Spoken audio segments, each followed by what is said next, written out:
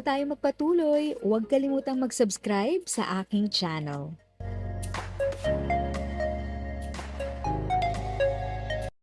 Thank you sa pag-click ng aking video. Good day po sa lahat ng mga nanonood. Sa mga bagong viewers at napadaan lang, by the way, I'm Tita Eda. Welcome to my channel. Ang channel na maghahatid sa iyo ng dagdag kaalaman tungkol sa government services, bagong mga balita at informative videos na galing sa legit na resources. Mag-subscribe na para updated ka. Ang 10% taunang pension increase na inyong tinutukoy ay bahagi ng opisyal na SSS Pension Reform Program, isang 3 taong programa na nagsimula noong Setyembre 2025. Ang dagdag pensyon ay ipinapatupad taon-taon tuwing Setyembre. Narito ang ischedule para sa retirement at disability pensioners. Setyembre 2025 may dagdag na 10% na naipatupad na. Lahat ng kwalipikadong pensioners na pensyonado na bago o noong Agosto 31, 2025 ay nakatanggap na ng dagdag. Sa Setyembre 2026 may nakaplanong 10% na dagdag para sa ikalawang yugto ng programa at sa Setyembre 2027 ang huling 10% na dagdag ay ipatutupad para tapusin ang 3 taong pension adjustment. Paalala para sa survivor pensioners. Iba ang rate ng increase para sa survivor o death pensioners. Ang kanila ay 5% kada taon sa parehong panahon. Narito ang mahahalagang detalye ng programa. Ang opisyal na pangalan ay SSS Pension Reform Program, ipinatupad alinsunod sa Social Security Act of 2018. Pagkatapos ng 3 taon, ang pensyon ay tinatayang 33% na mas mataas kumpara noong 2024.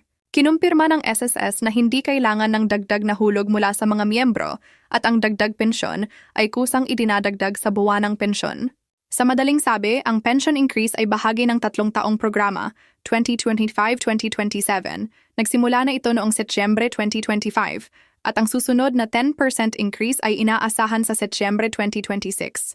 Kung may particular kayong katanungan, makipag-ugnayan direkta sa SSS, sa hotline 1455 o bumisita sa pinakamalapit na sangay. If sa tingin mo, natulungan ka ng video ko na ito, nakasave ka sa oras mo, you can click yung thanks button at any amount ay malaking help sa pag-grow ng channel ko. Yun lang po muna ang aking update. Sana ay nakatulong na dagdag kaalaman ang aking shinare today. Ang goal ng aking channel ay mag-create ng awareness. Kung ganitong mga topic ang gusto mo, panoorin mo ang mga videos ko na ito.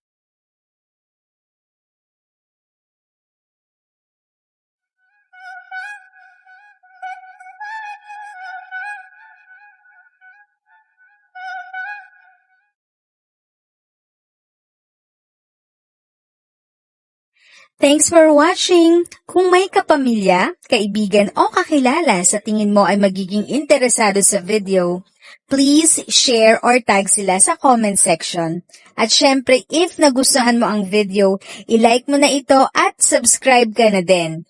As always, feel free to write your questions, comments, and opinions respectfully. And continue to be a blessing and stay safe!